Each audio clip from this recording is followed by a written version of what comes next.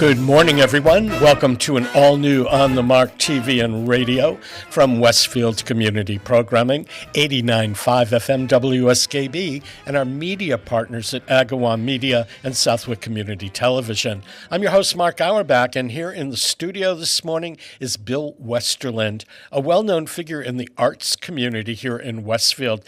And a couple of months ago, Westfield made news because Westfield, Holyoke, and another community in Massachusetts were named to have cultural districts. It's been a long time coming for Westfield. It's a real boon to the future of the cultural life in Westfield. And Bill Westerlind and his organization, along with several other players, are instrumental in making this happen. So first of all, Happy New Year and welcome. Same to you, and thank you so much for having me. Greatly appreciate it. Well, you know, the minute I heard the news, and I got this email that you get monthly or so from the Massachusetts Cultural Council, and it was the top story. Westfield was named first, and then Holyoke, and I can't remember. I think was the other one Winchester. I think it was in Eastern Mass. It's in Eastern Mass. Yeah. And they were named to have cultural districts. Right. Now, anybody that follows the economics of the arts knows that having a cultural district in your community is, number one, an honor. Number two, it indicates that you have a certain amount of cultural activity within walking distance of each other in that community. And towns like Pittsfield and Great Barrington and Stockbridge, because they all have cultural districts, are bringing in the tourism dollars. And because of that, getting artists who want to work and live next to the cultural districts. So Westfield will change. Dramatically. Simply dramatically, and it's been a long slog. I mean, I think my association with the efforts has been, I don't know, two and a half years. It's taken some time to influence City Hall in a way to say that, you know, the arts are an economic driver, which is now fully embraced. Peter Miller has, at the Community Development Office, has been outstanding commanding this effort. The folks from the Massachusetts Cultural Council came out twice to do site reviews. We did a walkthrough, and a cultural district has to be walkable within 15 minutes from end to end. So that's one of the state's criteria, because you want to, I guess technically without that, you could make the whole city a cultural district, right? You could, but that doesn't make sense. So you want to have it compressed, you want it to be walkable and accessible, and Westfield has all those ingredients. They're all in place. And it's so what is the district? It is roughly from Court Street out to Franklin Street, west to Washington, and it includes the old burial ground. Is that off Thomas Street? I believe, is it Thomas? I don't know the streets. Maybe it's Mechanic, but it kind of bulges out from almost like a perfect rectangle in downtown West. So it has the Athenaeum. Yep. Which is the major art institution Sure. and library. Yep. It has Westfield on Weekends, their building. Yep. The Women's Club where the theater group is. Operates. Yep. And that new performance space where the building. Elm Street Plaza. Right. Yeah. So in the Elm Street Plaza, again, the foresight of the city and Mayor McCabe really pushing that is when the Cultural Council officials came out from Boston, they saw that as, you know, wow. I mean, there's like the center stone of your district. And that was dedicated or opened on May the 3rd or 4th of 24. And then what we did is we kind of demonstrated to folks how it could work when we did our Downtown Live Friday Night Summer Concert Series there. 8 concerts over a course of 10 weeks, attracted thousands and thousands of people, a very diverse mix of bands. And again, that opened more eyes to say, this is how you can use this. These are the possibilities of using that particular space. So all those efforts came together to create or designate what is officially the Downtown Westfield Cultural District. That's the official name. So you'll start to see signs pop up on roadways at the entrances of the district. We actually have a meeting Monday at City Hall. It's the district is, again, it's all volunteer. There's no paid staff. at this point, and you get a small stipend from the state each and every year to subsidize the district activities, which principally are going to be marketing to start. It's not like the district is going to take over creating experiences and doing events. That will stay the same. All the different groups, like the theater group, like Artworks Westfield, like Westfield on weekends, all those groups are going to continue what they're doing, but they'll be supported from a marketing perspective through the cultural district. And you're right, that designation as a cultural district adds some status to it. It gives it some distinction in the marketplace, which, again, attracts performers, artists to come to Westfield. It's a culturally inspired municipality, so it attracts people to come. It makes it easier to get artists and musicians to want to come to the city, to be here. And I think as a result of it, the restaurants and the shops and the bars that surround the district are going to do better because you're going to have more foot traffic. Yeah, there. Well, that definitely happens. We've proven that. And the latest example was Winter Walk, downtown Westfield Winter Walk. It took place on December 14th. It was art, it was music, it was literature. We had some artists outdoors, so it was kind of like a European winter market. We had some artists indoors in shops like pop-up galleries. So again, we had tons of people coming downtown, and the merchants, the feedback from the merchants was incredible because they get that incremental foot traffic. The artists sell their work, and then that traffic flows into the restaurants, into the shops. So that is kind of like a model of what a cultural district can do for the creators, for the community, and for all the small businesses in the city. And of course, the economics of that activity happening in Center City then ripples out into the rest of the city. It's not like the money just goes there and it stays there. Of course, that ripples out into the community and into the city. And Westfield is quickly becoming recognized as one of those artistic hotspots in Western Mass. We hear it from the artists all the times.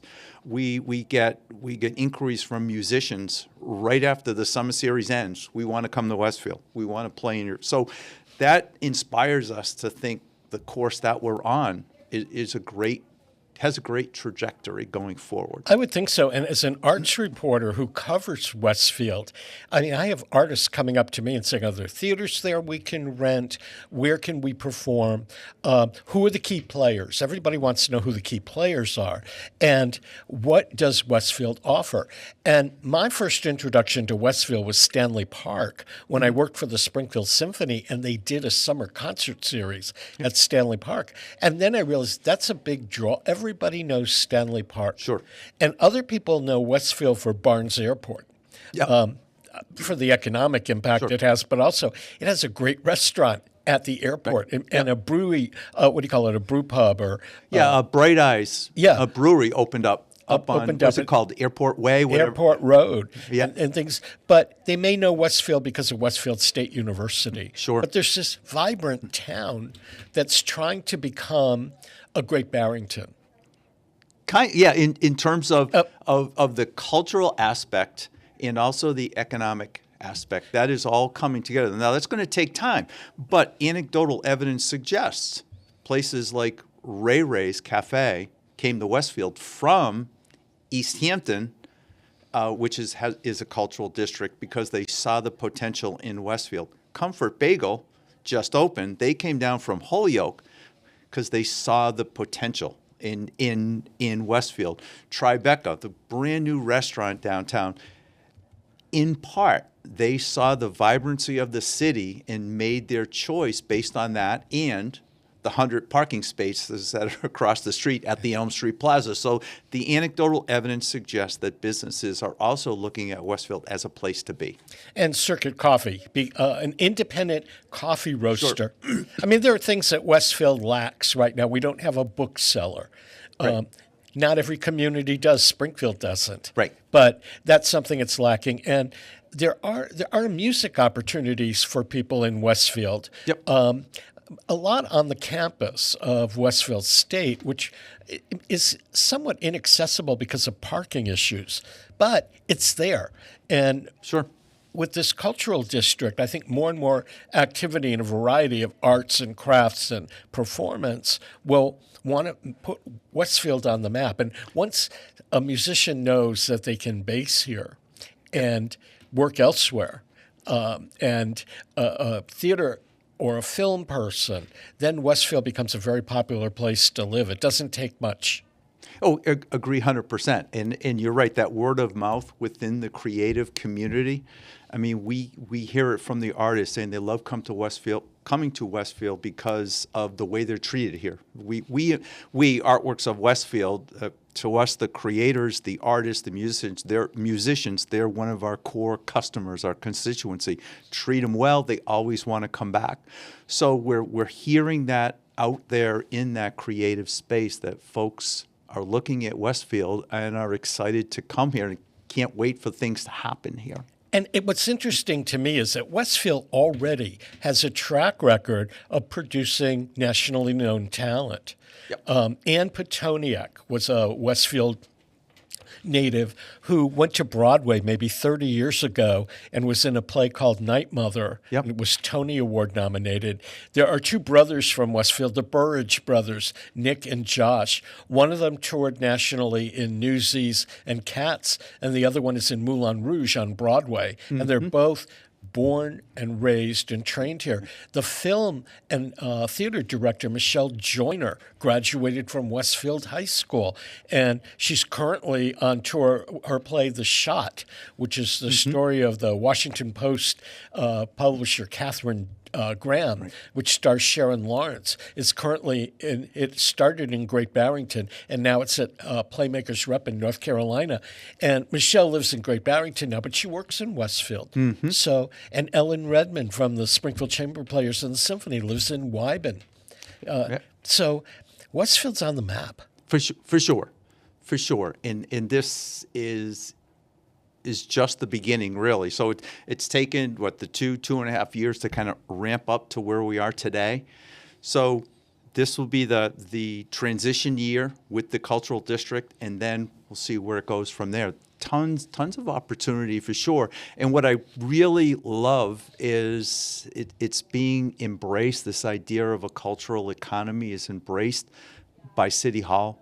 It's embraced by community members. They love that things are happening in Center City.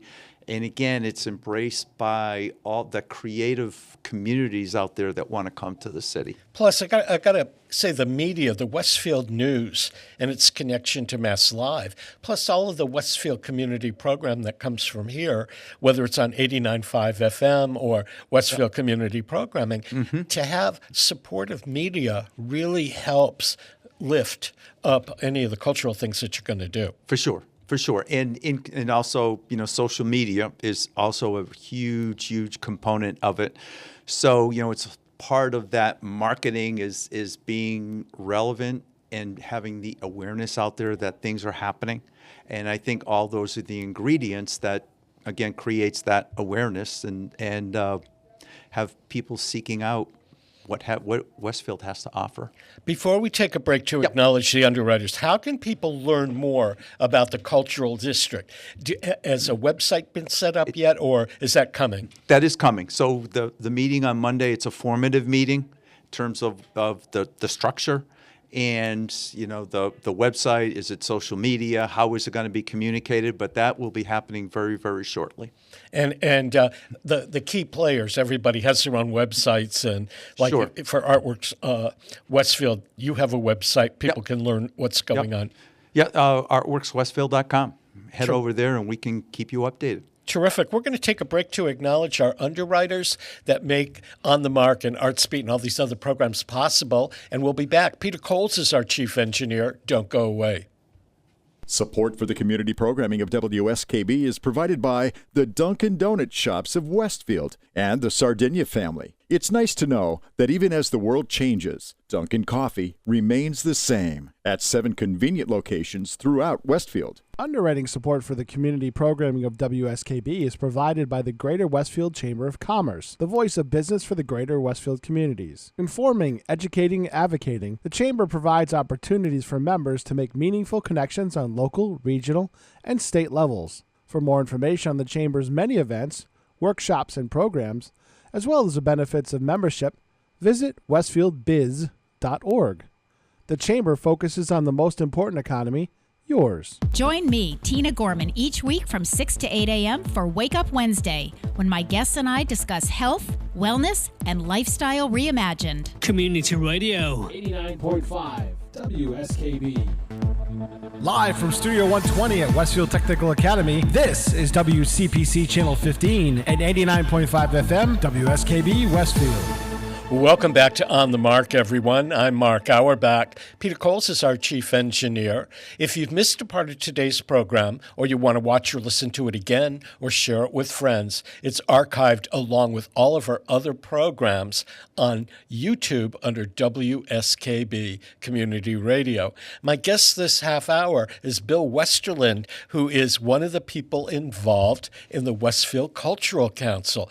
Westfield was one of 3 communities in Massachusetts that was designated as such by the Massachusetts Cultural Council right before the holidays. It was like the end of November, beginning of December, that it was announced. And Bill Westerlind from Artworks Westfield is one of the key players in this project, including people in the mayor's office, community development, Westfield on weekends, and some of the other cultural organizations. Sure. When you started volunteering for Westfield on weekends X number of years ago, did you ever imagine it would be like a 80-hour-a-week job?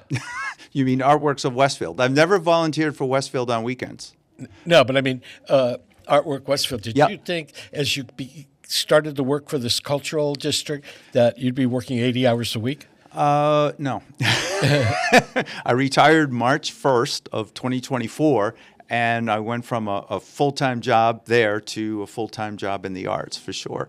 But I want to emphasize that, Artworks is one of many players involved in this whole process. So as you mentioned, Westfield on Weekends has been a critical component of it. The downtown business owners have been a principal player in it, and Amber Champagne. She's one of the small business owners on School Street. She's involved in this kind of organizing committee. Of course, Peter Miller, I can't say enough about Peter and what he's done to really drive this thing forward. You don't become a cultural district on a whim. It takes a lot of work, a lot of research, a lot of data collection, and application process that's pretty vigorous with the state. So it just took a lot of players and a lot of involvement to keep this process going and to get the designation. Will the state monitor how things progress and proceed? Yes. I mean, is there like a trial period at which point they say, yeah, continue with it, or no, we're not going to do it? No, you have to complete an annual report. There's very specifics on what the group has to report to the state, because you do get an operating grant each year. Again, it's not a ton of money, but it's some. So that will serve to help do. Again, I'm thinking it's going to be mostly marketing, but that really depends on the decision of the group, and that's an annual grant. But just like all grants, you have to fill out a report and kind of show exactly what you did with those funds. Has the state ever discontinued a cultural district? I don't know. That will not happen in Westfield. I have no idea how I know that I work with nonprofit arts groups, and when they apply and get state money, they do have to do a report. But I can't remember any of them that were turned down a second time unless the project that they were applying for wasn't something the state was looking for. Right. I can't, again, I'd have to fact check, but I can't imagine that the year comes where they say, oh, we don't like this report. You're not a cultural district anymore. I just cannot imagine that. But I also cannot imagine that there would be circumstances where anyone would question the validity of the downtown Westfield Cultural District. That is going to be major development. A lot of the businesses in Westfield have been big players in all of the activities that you do, and Westfield on Weekends are very generous with their sponsorships and donations. Are they part of the cultural district? Will they be involved in any way? Because certainly the district will need funds down the road. Well, they will be involved certainly in this organizational launch type period, because they are a major player. I mean, part of the official designation of what a cultural district is its economic development or economic activity through art and cultural experiences. That's one of the principal objectives of a cultural district. So they certainly will be involved. So some of the debates that we heard when we first started was some cultural districts actually become a 501c3 in and of themselves. So they're still a municipal group, but they're under a 501c3, so they can do things differently than perhaps when that is under that municipal umbrella specifically. So there's some different formats out there for sure, and opportunity to raise funds for sure. But it feels like the initial start is, let's get it established this year. We'll use the grant money that comes in from the state. And again, how that's going to be used is not determined. I don't want to mislead folks to think that that's designated. It's just some initial conversations that we've had amongst this group as to how those funds might be used. That will be determined officially once the group assembles and kind of charts the way forward for 2025. And I would assume that the programming that you're doing or Westfield on Weekends are doing will continue as it is at the beginning before they ramp up and do special events. Well, absolutely. And that's the whole premise of the cultural district was, at least at launch, the everything that all the different groups were doing downtown. So Artworks of Westfield, Westfield on Weekends, the theater group, Anthonyum, those continue as they are. But what the difference will be is the cultural district would be able to support those activities and promote Westfield and come to the cultural district, promote visitors in tourism, is by marketing them. So it's not like the cultural district is going to say, okay, we're taking over all these activities in the city. That's not the purpose, and that will never happen. It's just, why would you want to do that when you have all these groups that are thriving? And that's what precipitated the application and the formation of a cultural district, is all the ingredients are in place. Yeah. And they're all community organizations that are community driven. And that's where you want to be, is you want to engage your community, you want to engage those creators, get them into your cultural district.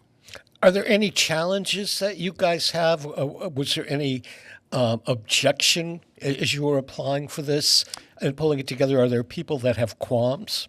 No, none at all. That's great. The only, I think about the city of Westfield, some of the first couple things when we were thinking about this district like months and months ago is it going to cost any money? Is it budgeted? And what are the liabilities?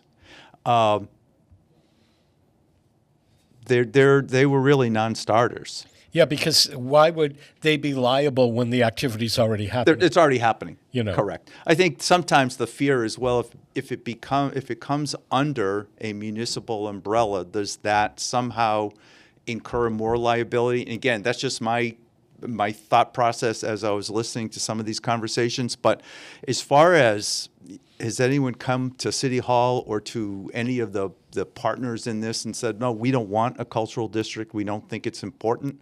No, not at all. And I can't imagine why that would occur, because everything that happens within the cultural district, except for ticketed shows, like if you go to the theater, it's all free.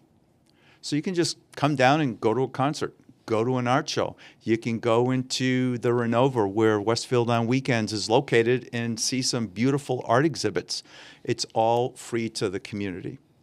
Although when you have some of your outdoor things, people pay for their exhibit space, right? Yeah, well, that's part of a membership program. So in the case of Artworks of Westfield, every artist is a member, And the amount of membership, it's tiny. It's $35 for an annual membership, which entitles those artists to participate in every single show that we do once they're juried in. All of our shows are juried, but once they're juried in, that's all you pay. So we do, 4 or 5 shows a year? Yeah. So it's conceivable if one participates in all of them, what are you talking, $7, $8, $8.50 a show?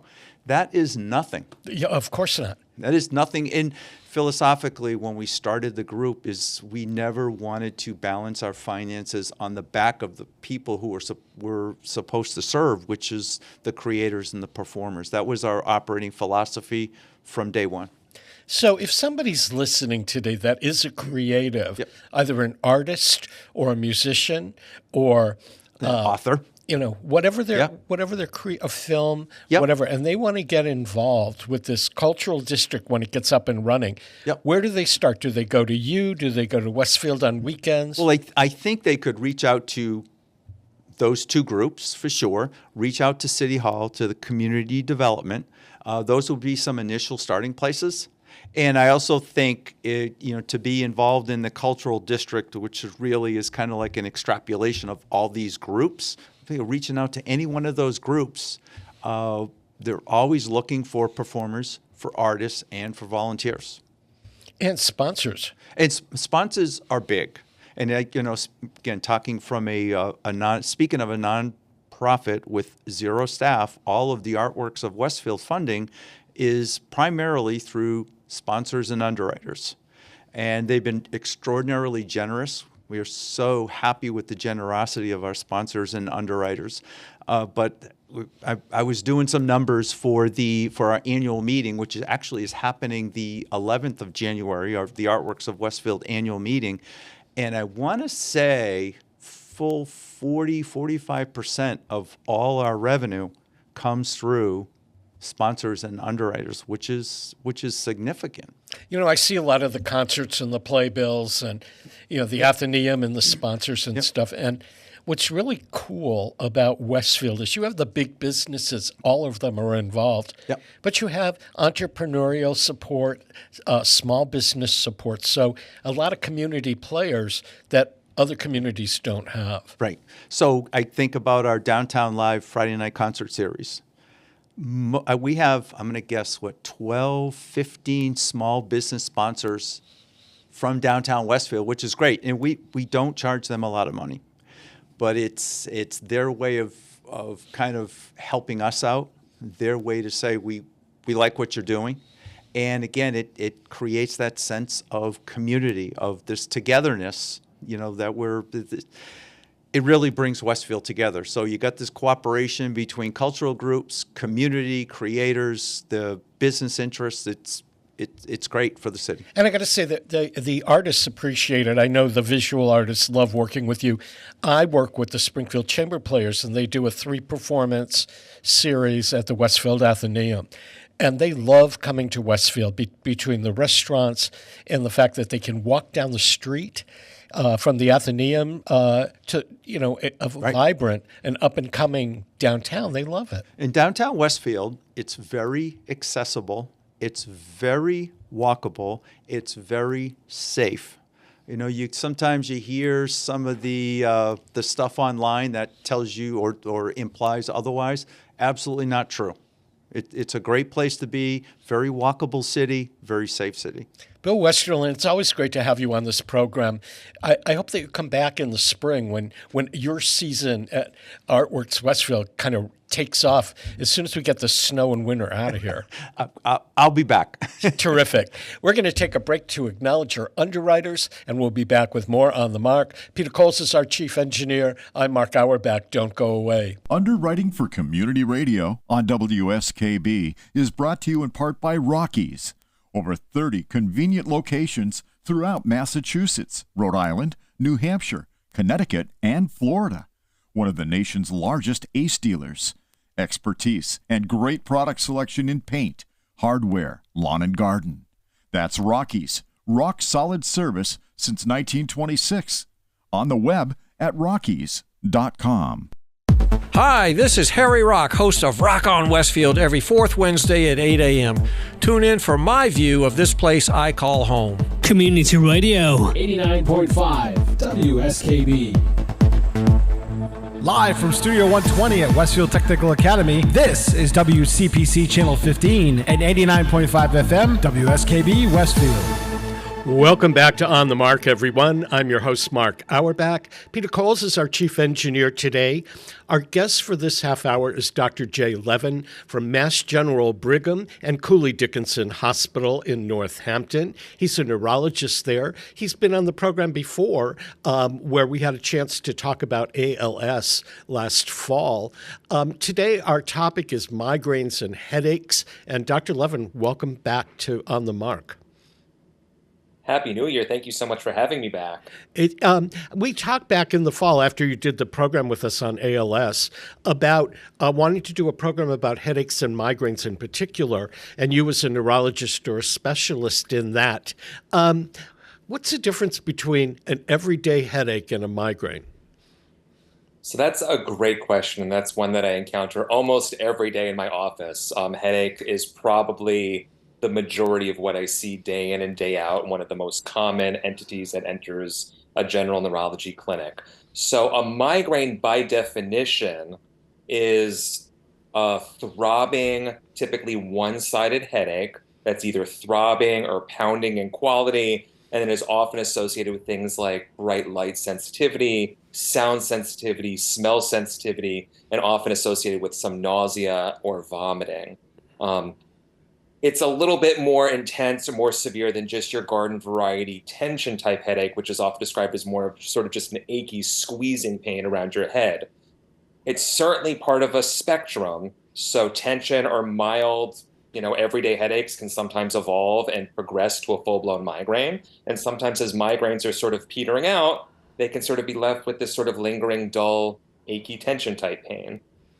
They've actually done epidemiologic studies where they've surveyed non-medical folks and even non-neurology physicians as far as like what's a sinus headache versus what's a migraine. And it turns out that the vast majority of these so-called sort of everyday headaches or sinus headaches tend to end up being some sort of mild variant of migraine.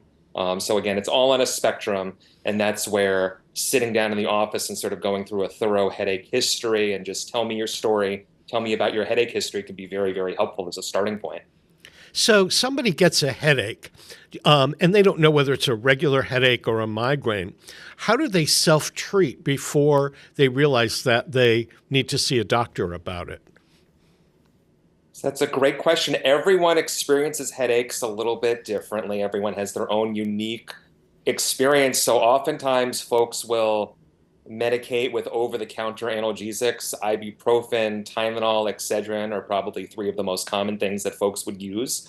If those work, fantastic. I would say Excedrin, which is a combination of aspirin, Tylenol, and caffeine, very common. I'm using the brand name Excedrin, but it obviously comes in generic varieties, is probably just as effective as some of our lower dose prescription medications. So I would say the vast majority of folks probably self-treat their headaches at home. They may or may not even label it as migraine. They may or may not even talk to their primary care provider about it. So it's one of those things where it's pervasive. It's one of the most common entities that comes to my clinic. It's also one of the most common things when it escalates for folks to seek attention in the emergency department and elsewhere. Millions and millions of emergency department visits every year are due to various headache syndromes. So it's very, very common. I can use my New England ism that it's wicked common.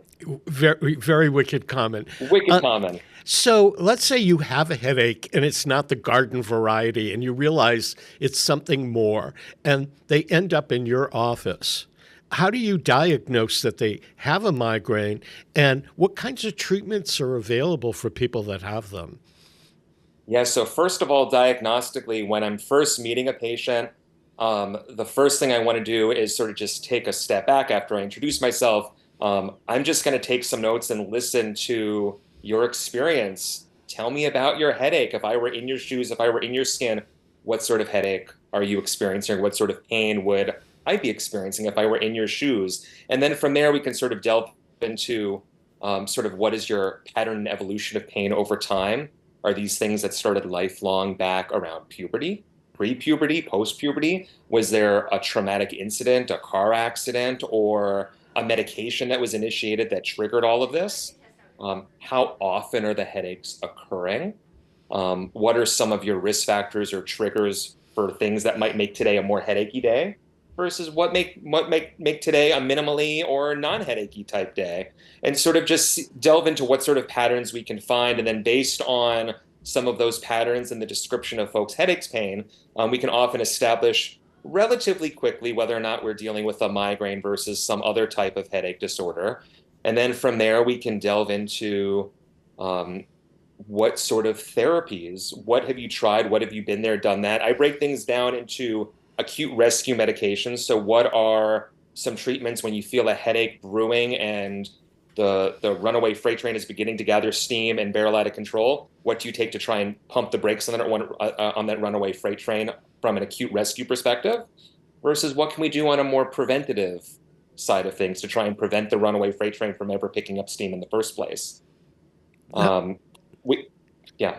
So my next question is, what percentage of your practice are you seeing people with headaches and migraines?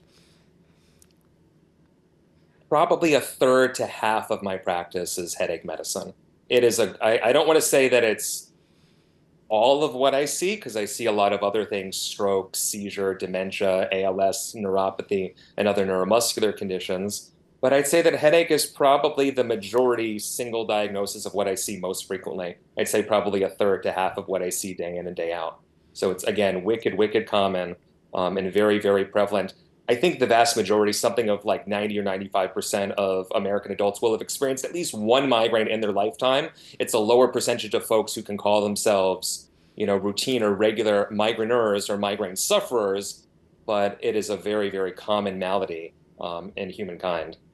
If you're subject to migraines and you have them frequently and they've come to see you, are there steps people can take to mitigate either the onset of one or the severity of one?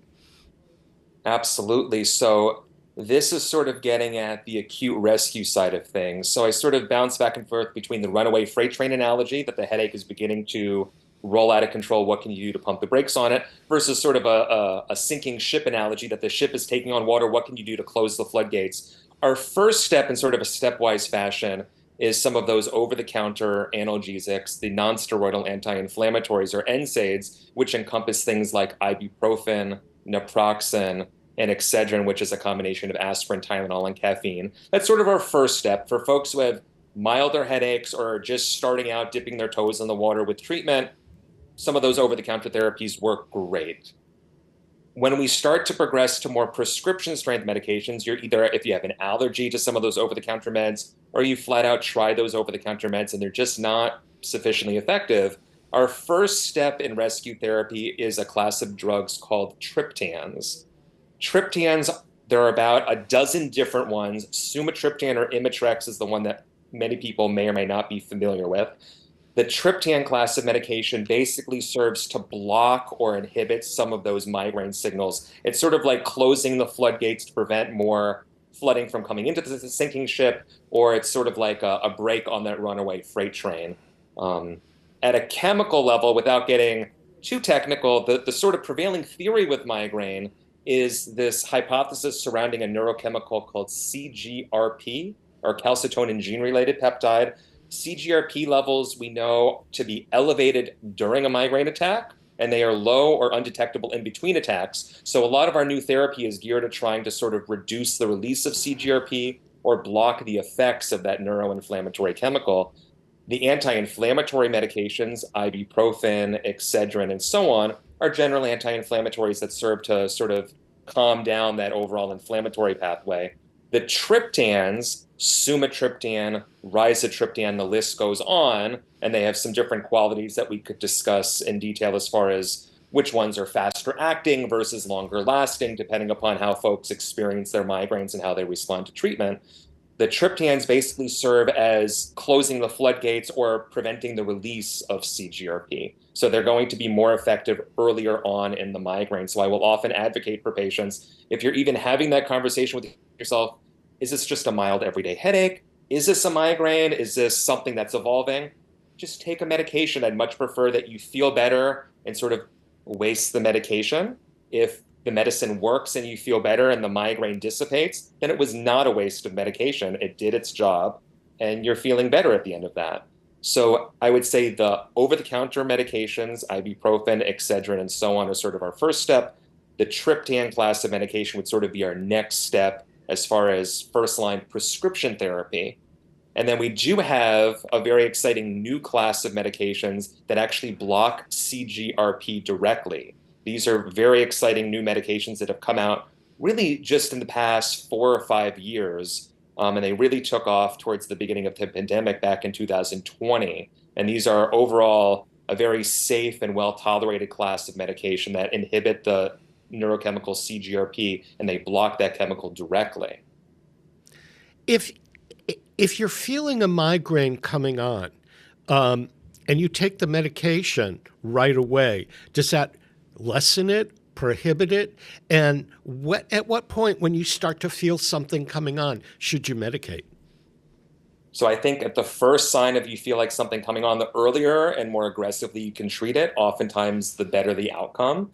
The gold standard is to be pain-free within 2 hours of taking a medication at migraine onset. We'll settle for at least a 50% reduction in pain. The ultimate goal is to try and get complete pain freedom within 2 to 4 hours. If we can't achieve 100% pain freedom, the next best goal is to sort of at least have 50+% reduction in pain and other bothersome symptoms so that folks can at least get through their day until they can finally get a good night's sleep, which will hopefully get rid of things once and for all after a deep night's sleep. Obviously, if it's a headache at the beginning of the day, we're trying to keep folks functional and able to get through your day so you're not having to call out sick and miss time from work and from family and from life events on account of headaches. So I'd say at the earliest sign of a migraine brewing, try and take something on the rescue side of things. A minority of folks might experience like a visual aura, A-U-R-A. A visual aura is sort of described in many different ways. Google has many whimsical artist renderings of visual auras. Oftentimes it's like zigzaggy lines or colorful spots. Some folks liken it to looking through a kaleidoscope. That is often a nice prelude symptom that gives folks who get visual auras a nice heads up that, hey, something's brewing. If you can take something during that premonitory prelude phase, things will often dissipate fairly quickly rather than when the migraine is rip-roaring out of control. It's just that much harder to stop the runaway freight train than if you can catch it early before it's picked up too much steam. Are there dietary things or exercise things that you can do to lower your risk of a migraine? That's a great question. Exercise in general is great for overall heart and brain health. As far as exercise is concerned, getting regular exercise can reduce overall headache risk. I would say if exercise, on the flip side, if exercise or exertion triggers a headache, that would be another time to talk to your primary care provider and perhaps see a neurologist if regular exercise or exertion is actually triggering a headache. If you already have a headache, physical exertion can obviously potentially exacerbate an existing headache, but the red flag that I'm talking about is if you're completely headache-free and then you hop on a treadmill or do weightlifting and that triggers a bad headache, that would be a red flag to go see your doctor. As far as diet is concerned, I personally don't ascribe to any of the heal my migraine diets. There is lots of stuff out there, but I find that it can be overly restrictive, and especially with New Year's resolutions, it can be difficult to maintain a restrictive anti-migraine diet for a long period of time. So I often counsel my patients that if you notice wine and cheese being two big triggers routinely give you a headache, then you sort of need to take inventory of whether that wine and cheese night is worth it if you're going to be walloped with a bad migraine for a day or two afterwards. If it's sort of just a happenstance that sometimes when I have MSG in my takeout food, I get a headache, but sometimes not, then enjoy the takeout food, but in moderation. Enjoy alcohol, but in moderation. Pungent cheeses can be triggering, so in moderation, and so on. Okay, Dr. Levin, we're going to take a quick break to acknowledge our underwriters, and we'll chat more about headaches and migraines in just a second. You are listening to or watching On the Mark TV and radio here at Westfield Community Programming, 89.5 FM WSKB, Agawam Media, and Southwick Community Television. Peter Coles is our chief engineer. I'm Mark Auerbach, and we'll return in a moment. Support for community radio on WSKB is provided by Betts Plumbing and Heating Supply Company, an independent, family-owned wholesaler serving Westfield for over 50 years, specializing in plumbing, heating, and industrial piping supplies.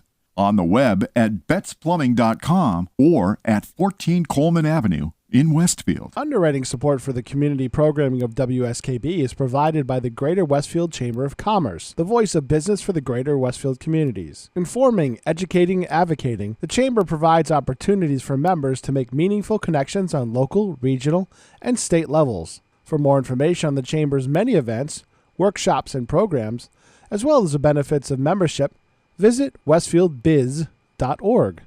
The Chamber focuses on the most important economy, yours. Join me, Tina Gorman, each week from 6 to 8 a.m. for Wake Up Wednesday, when my guests and I discuss health, wellness, and lifestyle reimagined. Community Radio. 89.5 WSKB. Live from Studio 120 at Westfield Technical Academy, this is WCPC Channel 15 and 89.5 FM WSKB Westfield.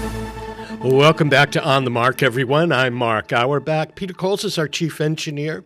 And this half hour, we're chatting with Dr. Jay Levin from the Partnership of Mass General Brigham Hospital in Boston and Cooley Dickinson Hospital in Northampton, where he is a resident neurologist. Are certain types of people more prone to migraines or headaches? Does it strike men more often than women, young versus older? Are there any types that are people that are more susceptible? So migraines can afflict folks really at any age. Oftentimes, post-puberty is a major milestone for many migraine sufferers. About 30 million Americans are affected by migraine on a regular basis. It's roughly a 3-to-1 female to male predilection, although it can affect both genders really at any age. I would say post-menopause and as folks get older, migraines generally tend to fizzle out a little bit, but that is obviously not the case for everyone. So it can affect at any age, 3-to-1 female to male ratio.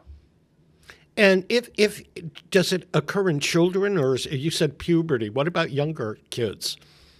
Younger kids, it can definitely affect. It may manifest more as actually GI issues in younger kids, as far as cyclical vomiting, nausea, and stuff like that. Younger kids don't always have the typical headache symptoms that young adult and middle-aged and older adults might have. But yes, it can affect at any age, and I encounter many patients who recall having migraines even back in grade school, even pre-puberty. Are migraines sometimes caused, or severe headaches caused, for example, by vision issues or sinus issues or dental issues, or is it kind of an atypical kind of thing?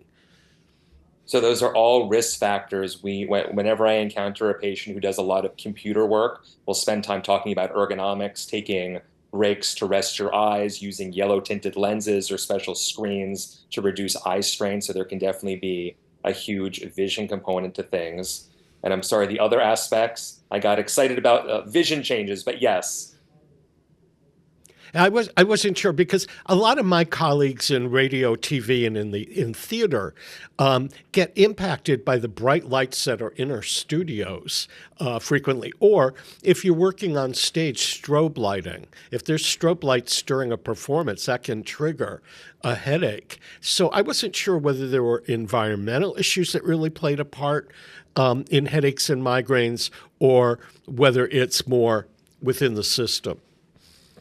So definitely bright light, flashing lights is a huge exposure. Again, many migraineurs can experience visual auras. That's when the visual cortex, which is in the occipital back part of your brain, is sort of where the migraine will often get revved up electrochemically and sort of spread from there. folks will often notice that smells, molds, environmental allergens can all definitely be triggers. I encounter many patients who have had dental issues. The nerves that supply our teeth are connected to the trigeminal nerve, which is one of the main nerves that sort of feeds sensory input into our brain and then gets the entire inflammatory system revved up and ultimately releases that neurochemical that we talked about a little bit earlier called CGRP, calcitonin gene-related peptide, which we think is one of the main neuroinflammatory chemicals. So everyone, again, has their own unique set of risk factors. Sometimes it's predictable. Sometimes folks will go outside, the snowbank, bright lights off a snowbank will just hit them the wrong way. Boom, they have a migraine the rest of the day. Other folks, it could be changes in barometric pressure, strong pungent smells just walking through a mall or near a perfume store, seasonal allergies, having a cavity or root canal or something done, and everything in between. Too much sleep, too little sleep, artificial sweeteners, pungent cheeses, and so on. That's again, we'll go through some of the risk factors and triggers to see what we can modify and what we sort of just need to accept and try and manage as best we can. So you mentioned some of the trigger points, but there are a lot of people that can eat pungent cheese or go out on a wine and cheese binge after work or be in bright light and nothing happens to them. And then there's somebody who can hit a perfumery at the mall or walk by somebody who's over-perfumed and it sets it off. So it's to me appears to be more of an individual thing. It's very individual and it can be very arbitrary sometimes why folks might get a migraine sometimes but not others. And, sleep is such a big thing, barometric pressure changes, environmental allergens, seasonal allergies. It's such a unique individual experience. So that's where when we try and tailor a treatment plan, I really try and tailor it to each individual person. We'll discuss some options and figure out a little bit from column A, a little bit from column B, a little bit from column C, as far as what appeals to you and what side effects can we use to our advantage. For example, if someone is getting migraines, let's say 10 to 15 times per month, 10 to 15 days per month, and they have issues with insomnia, we might choose a nighttime medication that's a little bit sedating to try and help their insomnia. That also helps to calm down that trigeminal pathway to reduce the release of CGRP. So that might be a nice starting point for someone who has some sleep-related issues. Someone who has anxiety-related issues might benefit from a low-dose antidepressant to reduce anxiety and some of the adrenaline response and stress that might trigger some of the migraines. Folks who have high blood pressure, which, by the way, high blood pressure does not necessarily correlate with migraines. That I think is a little bit of a myth. But folks who have some predisposition to high blood pressure, perhaps anti-blood pressure medication might help to reduce their migraines. And we have a variety of blood pressure medications that help to reduce the excitability involved in migraine generation. So lots of options out there. Yeah. So if you're suffering from headaches or migraines and you're not sure which one you have, what's the basic starting point? Do you go to your primary care physician first? Do you go directly to a neurologist? How do you recommend people begin to address their problem? Yes, I think the first step is to talk to your GP about what's been going on. My primary care colleagues here at the Cooley community are fantastic, and they can start with some basic headache history, and they can even initiate some of the initial rescue medications and go from there. If their initial interventions work, then fantastic. Folks can ride off into the sunset. If folks are not able to find successful initial therapy with their primary care, then folks can make their way to my clinic or one of my neurology colleagues, and we can discuss other options from there. I'm quite confident that we can get many people's migraines under good control. Again, the gold standard is to try and get at least a 50% reduction, but anecdotally, we sort of hit some platinum and diamond responders with 75 and even 90+% reduction in migraines, especially with some of these new anti-CGRP class of medications, which real quick, I'll make a plug that folks may see some commercials on TV. The tennis star Serena Williams has been a spokesperson for one of the anti-migraine meds, Ubrelvy, which is one of the oral anti-CGRP medications to help reduce migraines. And then pop star Lady Gaga is apparently a migraine sufferer, and she has been a very vocal spokesperson for the anti-migraine drug called Nurtec, which is a dissolve in your mouth anti-migraine medication. So even some A-list celebrities are getting into the act and helping to raise awareness about migraine and helping to promote some of these very safe and effective new anti-migraine treatments. Do people ever outgrow headaches and migraines after they've been treated for a while, or once you've got it, it's only help is only going to reduce it? I think a lot of that comes down to family history and some of the genetics that we have not yet unraveled with migraine. If folks have a family history, as the vast majority of migraineurs do, I think using your parents or grandparents as sort of a roadmap can be helpful. Women and folks who menstruate will often notice a reduction in migraines post-menopause. So I think that's the population that will see the most marked reduction in migraines with age. But oftentimes, even men, as they get older, at least the migraine throbbing pain component will sometimes be reduced with age, but not always. It's a very individual thing. Again, if there's a family roadmap, that can be helpful, but not always. It can be a chronic and pesky condition, and folks can experience sort of troughs in their migraines where they have months or even years when things are very well controlled. And then through happenstance or just plain dumb bad luck, things can flare up unexpectedly. There are patients where they say goodbye to me, and then 3 or 4 years later, unfortunately, they come back because they've had an unexplained flare-up, and we'll go back to the drawing board and find a plan B or a plan C to see what can try and get things back under control. Dr. Jay Levin, thanks for sharing the insight on headaches and migraines. It's been a pleasure chatting with you today. Thank you so much for having me. Be well. Take care. You too. Since you mentioned Wicked in the course of your earlier comments, we'll end today's segment with a selection from the motion picture musical Wicked. Peter Coles has been our chief engineer. I'm Mark Auerbach. We'll see you next week with another edition of On the Mark. To the Emerald City. One short day in the Emerald City. Oh, I've always wanted to see the Emerald City. One short day in the Emerald City.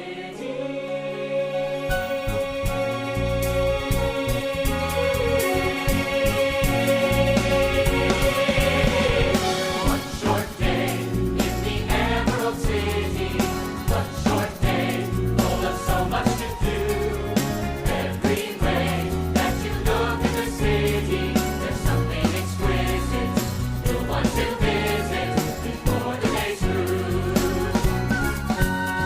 There are buildings tall as quads with trees, restaurants, libraries, palaces, museums, 100 strong.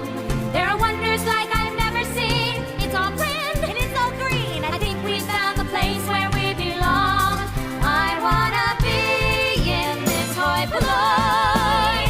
So I'll be back for good someday to make my life and make my way. But for today, we'll wander and enjoy. One short day in the Emerald City. One short day to have a lifetime of fun.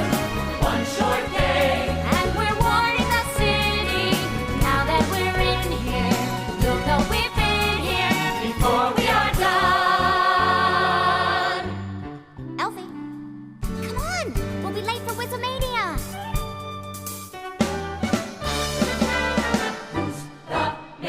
Whose major itinerary is making all us merrier? Who's the sage? Who's sageling? Sailed in to save our posteriors. Who's enthused for hot air ballooning? As all of us honeymooning. Ooh, isn't he wonderful? Our wonderful wizard. One short day in the Emerald City. One short day to have a Sailed in to lifetime. save our posteriors. What a way to be seeing the city where so many roam to. We'll call it home too. And then just like now we can say we're just two friends, two good friends, two best friends. Sharing one